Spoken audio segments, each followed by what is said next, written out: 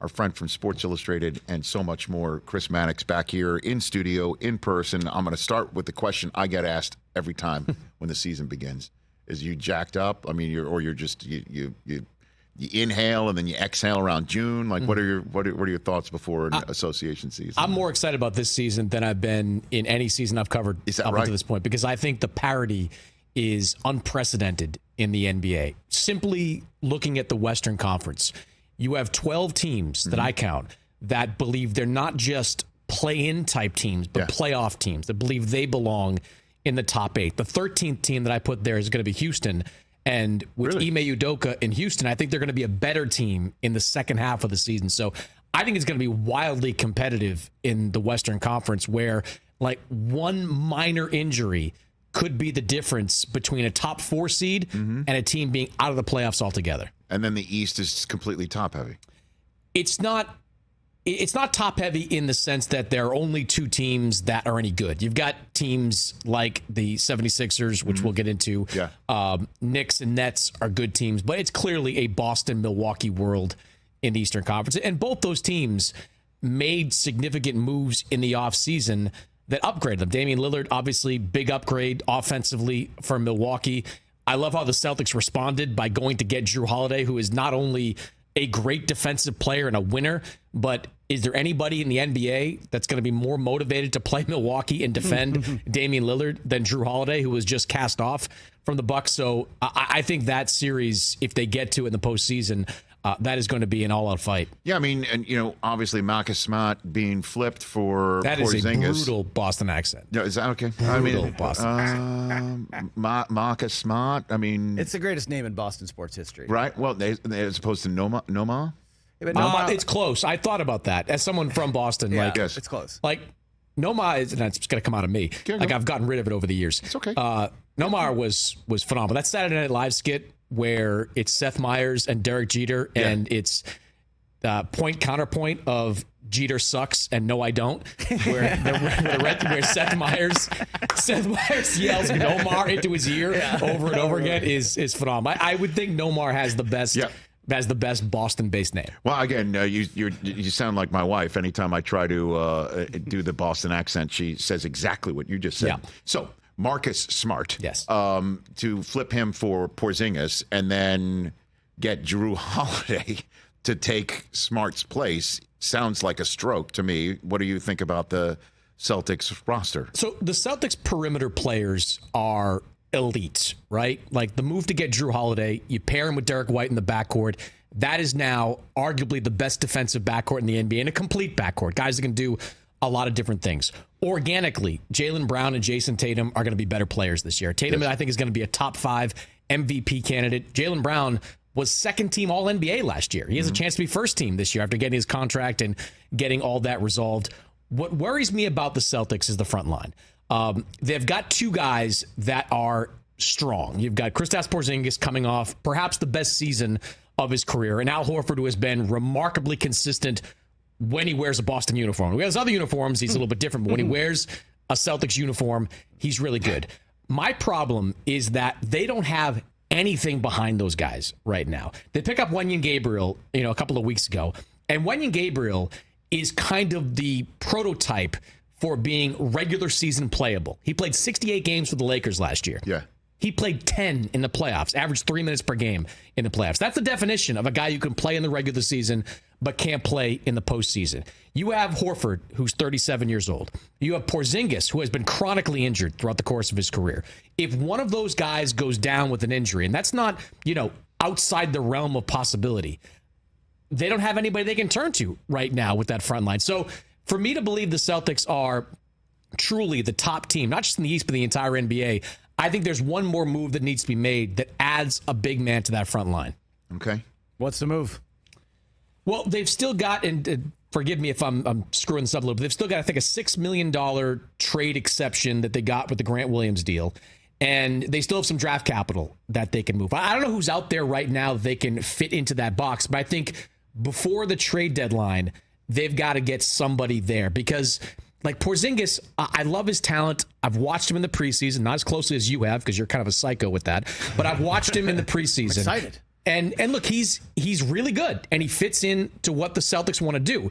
But, and I've said this and I've written this, my concern with Porzingis coming off last season was he was effectively in a contract year. He was playing for a new deal last season with the Wizards. He was, at times, the number one option with that team, and at worst, number two when Bradley Beal was out there on the floor. With the Celtics, he is going to be, at best, the third option. How does he adjust to that role? Is he going to be comfortable kind of camping out in different spots in the corner, not being a focal point of the offense? That's my big concern with Porzingis. If they get the same guy from last year, great deal, brilliant. They absolutely killed that trade. But I need to see it over the course of the regular season to believe it. Can he be that consistent rim protector that Boston hasn't had in the playoffs the last few years? I think he is a very good rim protector. I do worry about him if they decide to play minutes with Porzingis and Al Horford. The idea of Porzingis defending the perimeter is a little worrisome for me. But as far as rim protection goes, I mean, the guy's 7'3". We've seen in the preseason he has been pretty good in that respect. So yeah, I think he can be that guy in the middle. And I think you'll see Boston stagger the minutes of Porzingis and Horford. Whether it's Porzingis starting or Horford starting, and one of those guys coming off the bench. I don't think you'll see too much of Porzingis and Horford on the floor together. But Al's probably, you got to count Al for like 50 to 60 games at most during the season because he is 37. He's going to be 38 in the playoffs next year. You want him to be as fresh as humanly possible, and that depth or lack thereof, that does worry me. I got Chris Mannix here in the Rich Eisen Show studio in advance of the association season. What's going on with James Harden? Good question, because people in Philadelphia aren't, at least as recently as yesterday, are not entirely sure. Nobody believes that James Harden is happy. Nobody believes that he can kind of put this behind him and be fine playing. What's this that he's putting behind him?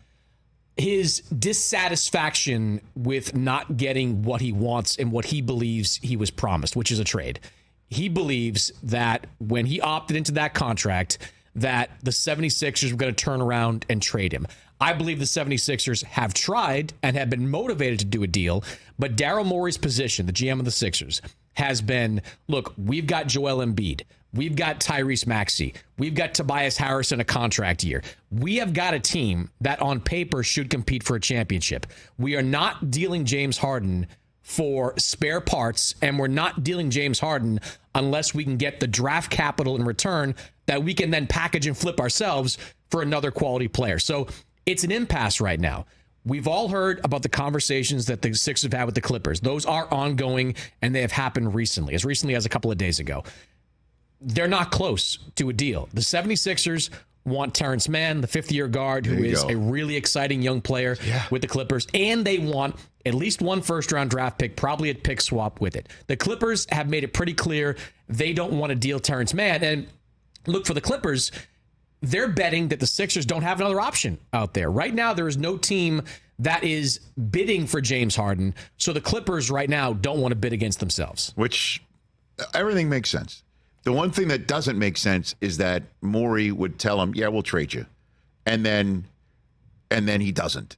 And is surprised that James Harden tells the entirety of the Republic of China, I'm not playing anymore there. I mean, like, what else are you expecting if you're saying, yeah, you opt in, I'll trade you. And then you start, and doing what he needs to do as a general manager, which is your due diligence. I take a little bit of a different take on this. Like, don't opt in then. Like, James Harden had the opportunity to become a free agent. He chose not to. He chose not to because there was nobody out there that was going to pay him $35.6 million next year. There's nobody going to give him the kind of deal that he had. James Harden was coming off a really good year. Yeah. Not the James Harden Houston years, but he averaged 21 points and he led the NBA in assists. Like, you should be able to go out and get a deal that is to your satisfaction. He couldn't, and that's why he opted in. He kind of wanted his cake, and he wanted to eat it too in this situation. I want the money, and I want you to trade me to the city that I want to go to. He didn't say trade me anywhere. He wanted to go to the Los Angeles Clippers and play there. So I don't really fault Daryl Morey for drawing a line in the sand saying, we're not just, acquiescing to all this. Nor do I. So did nobody explain to Harden, hey, if you opt in, they might actually keep you? I mean, look, he just thought, like, this is the association. I'm James Harden. I've done this multiple times before. I've seen what other stars do. He has put on a masterclass in getting out of situations. Right. I mean, he has been I mean, Houston, Brooklyn, and now what he's trying to do in Philadelphia. I think this whole thing in Philadelphia is being handled so clunkily. Like, right? So you've got him, not going to media day, which was effectively a 2-day holdout, showing up to training camp, participating for like a week, and now he's holding out again.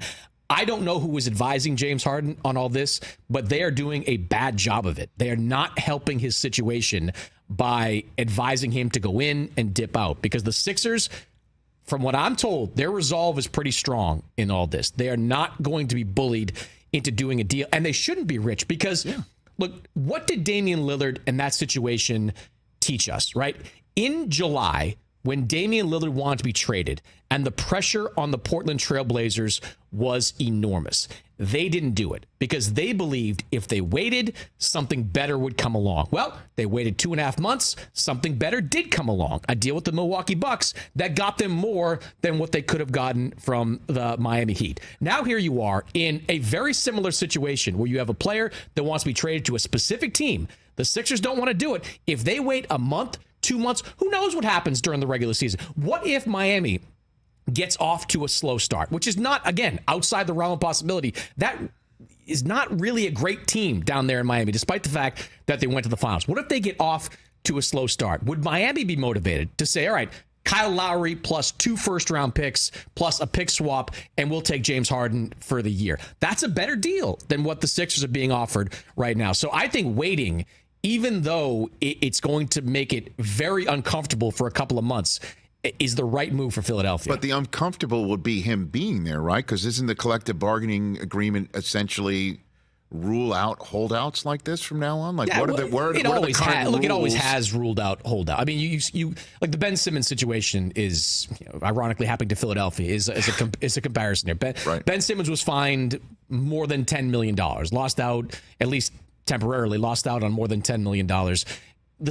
James Harden's going to go through the same thing. I think it's like $390,000 he would lose out on for every preseason game he misses, every regular season game he misses, and those fines will escalate from there. Like James Harden, even though he's been very good at this before, is not in the same situation. He doesn't have multiple years left on his contract to backstop him. He doesn't have the leverage of being one of the top 5 or 10 best players in the game. He's in his mid-30s. He's on the last year of his deal. Really, look, James Harden doesn't need my advice, or maybe he does. But if I was advising James Harden, I would say, look, you're on a great team. That team could be great. You were right there, 3-2 against the Celtics before you cratered in the conference semifinals. Go out there, play your butt off, be an all-star this year, and you hit the open market next summer, you're going to be a 2-year, 3-year, $30 million per year type of player. Those numbers aren't outrageous for a guy like James Harden. That would be the most prudent move for James Harden right now. Chris Mannix here on the Rich Eisen Show. Let's dust for Prince on the Damian Lillard trade, and how did it come about? Best you can tell here. I mean, it's kind of what I was just referring to with the Harden stuff. I mean, the Blazers just waited, and they just were patient and waited for the deal that got them what they believed was maximum value. Now, Milwaukee, you go back to early July, and Damian Lillard was not really on the radar of the Milwaukee Bucks. They had a disappointing exit in the playoffs in the first round to Miami, but you can chalk that up to Giannis getting hurt early in that series and Miami just being kind of a team of destiny in a lot of ways. The Bucks at that point were pretty comfortable at just going back into the season, running it back with largely the same group. Giannis still in his prime. But Giannis then said something totally out of character. This is what changed. Well, I mean, look, Giannis is... He's getting more He's emboldened. He's getting emboldened in his older years as he hits his late 20s.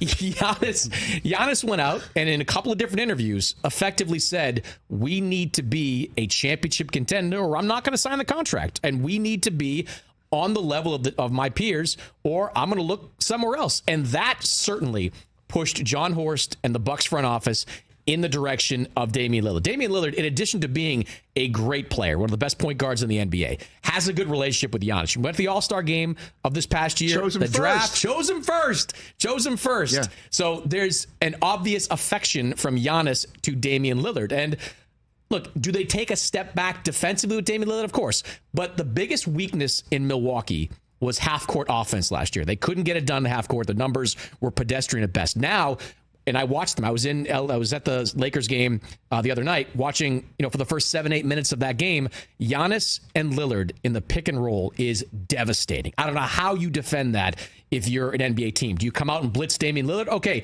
then you've got a freight train in Giannis going to the basket. Do you leave Lillard alone coming off a screen? Well, you've got one of the most efficient three-point shooters in the game right now, knocking down threes. It was the right move for them to make, and the right move for Portland because, look, right now, what they got out of it effectively was DeAndre Ayton and, what is it now, 2 first-round draft picks, 3 first-round draft picks.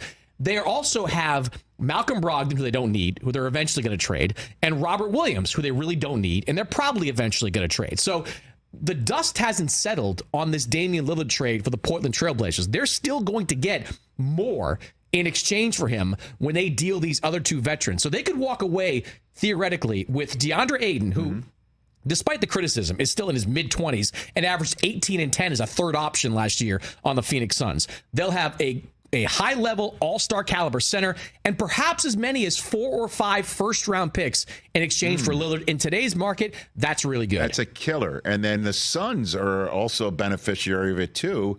Lillard out, Ayton gone, and they made out very well in this trade, too, right? We'll see if the Suns benefit from this. I wrote a story in Sports Illustrated. It's out, the preview issue. It's out right now, about kind of how the sausage was made in Phoenix, how they came to this decision about going all in, really zigging when the rest of the NBA was zagging with all the spending that they did. And at the time, Ayton was going to be a part of that group. And I believe that was the right decision to keep DeAndre Ayton around because they hire Frank Vogel. And what is Frank Vogel really good at? He's really good at getting the most out of centers. He rehabilitated and resuscitated Roy Hibbert when they were in Indiana. Roy Hibbert became a big-time center when Frank Vogel was the head coach. He won a championship in L.A. with Dwight Howard playing center. He revived Dwight Howard temporarily in L.A.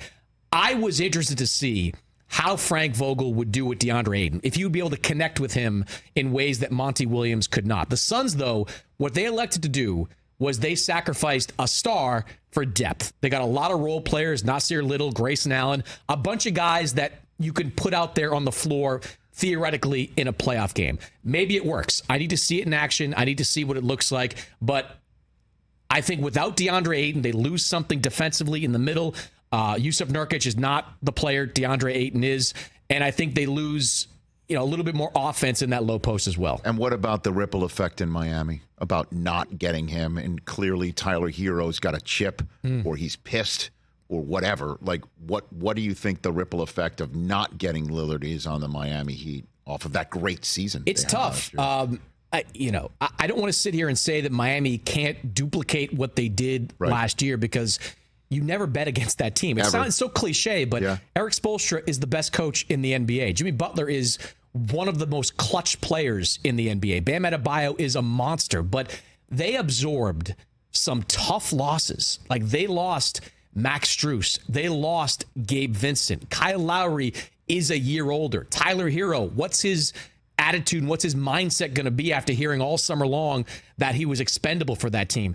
This team got into the playoffs through the play-in and was a couple of shots away from losing one or both of these play-in games during that tournament. Can they absorb the losses of Strus and Vincent and still be a high-level team? The clock is ticking, Rich, on Miami. Jimmy Butler's in his mid-30s. Like, you don't have the luxury of being able to take kind of a gappy here. That's why I think Miami is the team to watch with both James Harden and other players. I think they'll be willing to do a deal that involves Kyle Lowry, last year of his contract, maybe involves Tyler Hero, and involves whatever draft capital that they can afford to expend, because their window to win is this year, maybe it's next year, and then you really can't count on Jimmy Butler being the same player. What other player other than Harden?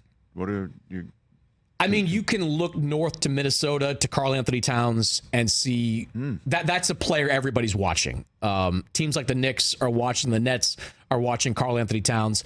What Minnesota wants to do this year is try to get all these guys on the floor at the same time. I mean, Towns got hurt early last season. We never really saw what a Towns, Rudy Gobert front line would look like. maybe it's awful. There's certainly an argument you can make that it's not going to work. Two bigs on that level. But I think Anthony Edwards is going to have a breakout year. I think Anthony Edwards is going to be great. They've still got some veterans on that team. But if that team goes south and goes sideways, Karl Anthony Towns is the player worth watching approaching the trade deadline. And then one last on this, because it's the NBA, there's got to be a conspiracy theory. After the trade was completed, Lillard to the Bucks, that video of what we referred to at the NBA All-Star game of LeBron and Giannis going through the draft of choosing players, and Giannis chose Damian Lillard out of everybody. LeBron kind of made a comment like, oh, yeah, that's kind of shocking. That's kind of surprising. And a lot of folks threw that out there as if LeBron, it was an open secret what Giannis was trying to do with Lillard on the block. Everyone's been talking about it for months. Was that really at play? I think a lot of that, and Jimmy Butler had a video too. I think a lot of that's tongue in cheek. I mean, there's no such thing as player tampering in the NBA. The NBA cracks down. Really? There's no such thing. The NBA, look, I've had this conversation with NBA executives. It's impossible to police it, right? These guys spend so much time around each other in the offseason. Many of them work out with the same trainer. Jason Tatum and Joel Embiid work out together with Drew Hanlon. Tyrese Maxey is in that mix. There's so many guys out there that are constantly commingling. The only thing the NBA cares about is teams and when they contact players and how they operate behind the scenes. They'll come down hard on that. When it comes to player tampering, it is the Wild West. Yeah, when LeBron said that, it did sound like LeBron, like, I know what you're up to. Like, out of everyone here, no offense to Damian Lillard, but out of everyone, you choose Damian Lillard? I mean, LeBron does, he's more subtle about it, but he's done the same thing over the years. Yes. I mean, it's not. Look back at how he effusively praised Anthony Davis with the Pelicans. Yeah, it's like it just is what it is. Like, but I don't think LeBron was serious about that. LeBron knows the score. He's been around this game too long. He's all in on it. You think it's Anthony Edwards' breakout season? You mentioned Chris Mannix. Who else is a breakout season? Do you think similar to that? What do you like? Edwards for sure, because I just think Edwards is a superior talent. He is unbelievable. Just what we saw in international play this summer too. A lot of that, yeah. Like the international game is a good kind of place to look. Austin Reeves, another guy I think is going to have. You think so? Yeah. Look, Austin Reeves after the trade that sent Russell Westbrook out, trade. Yeah. He averaged like 17, 18 points per game from then. So like I think that's going to be a continuation off of last year. He's going to get the same kind of role in that rotation. They brought a lot of the same guys back. Yeah. I think that's a guy to watch. I love that Gabe Vincent addition too. That's a sneaky, really good one here. Yeah, for the Lakers. 3-and-D kind of player. Yeah, guy that was a floor general for a finals team. So you like Austin Reeves as a breakout? Who else? Anybody in the East that you like as a breakout? I don't. I mean, can you call Ben Simmons a breakout player? Yeah, you can. Like, I'm watching him. Yeah, you can. I'm watching him in the preseason. I'm reading all the stuff about him, and I'm kind of buying back into Ben Simmons. Maybe not being the guy we saw as an All-NBA talent, defensive player of the year candidate, but I think he can get back to 85, 90% of that, and that's still a really good player if you can get back to that. Damn straight he is. Okay. I like that. Are you just asking so you can take notes for fantasy next week? Absolutely not. Right. Chris. Hey, Ben Simmons could be a good fantasy player, too. I mean, he just kind of racks up a lot of numbers. How dare you? I'm in this chair as a service to the listeners and viewers of this program, or just at this point, just the viewers of this program. I understand. You're asking for breakout guys, though, which sounds a lot like who are the sleepers I should take in fantasy? No, sorry. You just sit there and count your Kristaps Porzingis load management days, okay, pal? Geez. Can't do that anymore, though, right? Because he's too young for that, right? Too young for load management. Understood. Very good. The NBA discovered this year that. Back here on the radio network, along with the Roku channel feed, I was just accused of asking Chris Mannix on our Roku channel audience by Chris, who's the breakout stars of the year, just trolling around for fantasy advice. It's ridiculous, sir. How dare you? He would never. How dare you? He would never. The expectation level for Victor Wembanyama is what? Chris Mannix? I had more modest expectations before the preseason started. Then I'm watching him kind of do the stuff we saw last year in the European leagues. Was it last night or the other night? He nutmegged a guy when he went through the legs. Well, he dunked over somebody. I saw a video. I don't know what the player was. Who could with mouth like, Thomas oh my Bryant, God. I think. Thomas Bryant. Yeah, he's just like, oh my God. Yeah, because he started his ascent outside of the restricted area, which is ridiculous. And dunked over him. Yes. And he's like 7 feet, isn't he? Yes, Thomas Bryant's a center, legit center. So, yeah, that was something. Him not making Reggie Bullock, though. That He's the biggest Poor man I've ever Reggie. seen not make another man. So you think this is it? Yeah, right? my This is it? preseason prediction for Rookie of the Year was Scoot Henderson because I assumed Lillard was going to get traded, and I figured he'd have a big role. And I watched a lot of Scoot playing for the G League Ignite team this past season. And I think he's got a little bit of Westbrook in him, and he's just got a lot of talent. But watching, and I thought Wembanyama, because he's not the strongest guy in the world, I thought there'd be a learning curve for him early on. He might get bullied early on, and he still might, but he looked great in some of these preseason games. Like, the skill level is there, the comfort level is there. He has the most diverse skill set coupled with unique size that you'll ever see in the NBA. And I think he's going to hit the ground running this year. I think I'd like to revise my prediction, if I could, to Victor Wembanyama for Rookie of the Year. I mean, I cannot wait to watch. I mean, he is going to be must-see TV. Yeah. I will watch any game that he's playing just to see stuff like what we're talking about, the physical freakishness, to see if he's freakier than Giannis, which we expect him to be, and anyone else that we've seen. He's going to be – the Giannis comp gets made all the time, and understandably.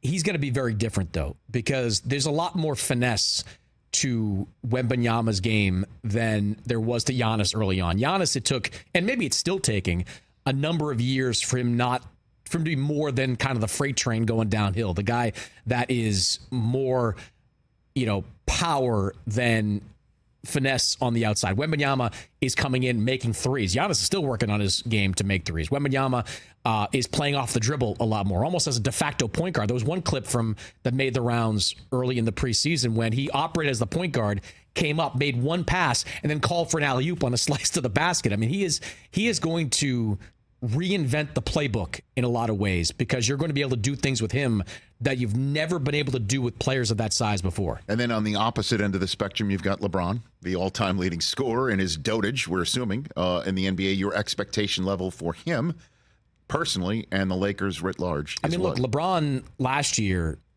age 38 season, still 28 points, 7-8 assists, those number kind of rebounds. He was still an all-NBA level guy. I think you'll see comparable numbers, maybe a bit dip in the scoring this year, but 25, 26 points, 7-8 assists, 6-7 rebounds. Defensively, he's not the same guy. Defensively, he's someone that you don't take advantage of him, and he can still dial it up. But the guy that was one of the best defenders in the NBA for a number of years, that guy's probably not going to be there. But they don't need him to be there. What they need is Anthony Davis to be the most dominant guy on the floor more often than not. And I love what I've seen from Anthony Davis in this preseason. This was one of the first off seasons in a while, Rich, that he's been able to go into the summer injury-free, where he's been able to go into the summer and say, look, I need to work on X, Y, and Z in my game. I need to address this part of my body. He came in and looks a lot leaner than he did at this time last year. He looks sharper than he did this time last year. I think Anthony Davis is poised to have one of those New Orleans Pelicans types of seasons where we're talking about him as an MVP candidate.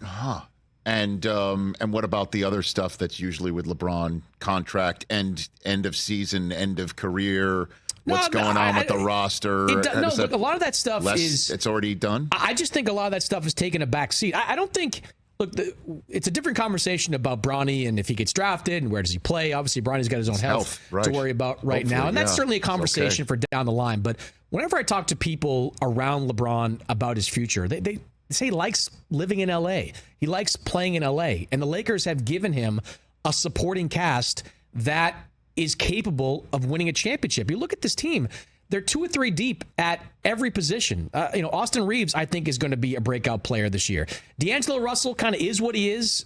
He's not going to be the best defensive player. He's going to have nights where he's inefficient, but he is a solid top half of the NBA starting point guard. Rui Hachimura spent the entire offseason working out with LeBron. Like he was his shadow this entire offseason. That's going to pay dividends this summer. Taurean Prince, a 3-and-D guy. Those guys traditionally play really well off of LeBron James. I think this team is deep. I think it's strong. I mean, they've got some question marks up front when it comes to the center position. Like how many minutes is AD going to play at that 5 spot? But there's no reason to believe that this team, if healthy going into the playoffs, can't win a championship. And of course, to channel my inner Michael Malone, with 2.5 minutes left in a 40-minute long appearance, which I greatly appreciate, Chris Mannix, I'm now asking you about the defending champs after I talked about the Lakers. What are your expectation level for Jokic and the Nuggets? Two things. One, I think they might get off to a bit of a sluggish start. I mean, they were able to celebrate this offseason, as they should. They won a championship. There might be a little bit of a championship hangover early on, but I think until proven otherwise, until somebody steps up and shows otherwise, that's the team to beat in the NBA. Because, yeah, they had some losses. They lost Bruce Brown. They lost Jeff Green. But that team has done a remarkable job of filling in those gaps with guys that they draft. I think Christian Brown out of Kansas in his second year is going to take a step forward. Julian Strawther is a guy they just drafted. Looks like the next guy that they just struck gold on in the first round of this draft. They got some other guys on that bench who didn't get opportunities last year. Peyton Watson is one that I think are going to get opportunities and will thrive in those opportunities this year. I think Jamal Murray, one more year removed from an ACL injury, is going to be an all-star this season for the first time. And Jokic is still just 28. And I think he's going to be, the best player in the NBA this year. So, again, to go back to the top of the conversation, it's wildly competitive in the Western Conference. There are probably, like I said, 12 teams that believe they're going to make the playoffs, and probably 6 teams that believe they can win the West. So, health is going to matter, and, inconsistency is going to matter. But right now, the Denver Nuggets are, I think, as strong as they were last year. And if these guys develop as I expect them to, they could be even stronger than they were last year. 28 years old. He's 28. I could watch Jokic interviews all day long. Like, somebody asked him, was this the best summer of your life? And he's like, no. Like, it wasn't long enough. Like, because he played too long? Yeah, he played too long. Like, his concern was that he didn't have enough time to. Are we really not giving the Nuggets the respect they deserve? Because, Rich, as you said, 40 minutes in with Christians, and we just now mentioned the Nuggets. No. We can't do the Nuggets no respect game. The Nuggets won a championship. They get respect. They get the respect they deserve. They are the best team right now in the NBA. To me, there's no question about it. Again, I do think there'll be some bumps early on. These guys kind of work their way back into true top-level shape. But when we get to midseason, they'll be hitting their stride. Chris Mannix, everybody, here on the Rich Eisen Show. Got about a minute and a half to go. So your prediction is what? What do you got for me? Championship, MVP? Go for it. Denver out of the West. Okay. Milwaukee out of the East. And Denver by, right now, Denver by the slightest of margins. That prediction could change once I see what Chris Middleton does. Chris Middleton has not played yet in the preseason. I don't believe he played against Oklahoma State. I didn't watch that game. But he has not played in the preseason. He's coming off-season knee surgery. He was injured all last year, or most of last year. If he can get back to the player he was 2 years ago, that could turn out to be the team to beat in the NBA. But until I see Chris Middleton fully healthy and able to play 60-plus games with Lillard and Giannis, I have some questions about that. So that means if the Nuggets go back-to-back, is Jokic the MVP again? Oh, I think he's the MVP. I think there'll be a lot of people that didn't vote for him last year that feel stupid about it, and who voted for maybe Embiid and voted for somebody else that vote for him this year. If he puts up the kind of numbers he did last year, and Denver's a great team, he'll win MVP. All right, in the 30 seconds I have left as well, give me an off-the-wall finals prediction. Off-the-wall finals prediction, Philadelphia, with all its dysfunction, gets through it and gets to the NBA Finals. And Suns? What do you got? That's not off the wall. Oklahoma City gets to the finals. And Oklahoma City, Philadelphia Finals is an off-the-wall prediction. Chris Mannix, what an appearance. Sports Illustrated. Catch the Rich Eisen Show every single day on the Roku channel, 12 to 3 Eastern, for free.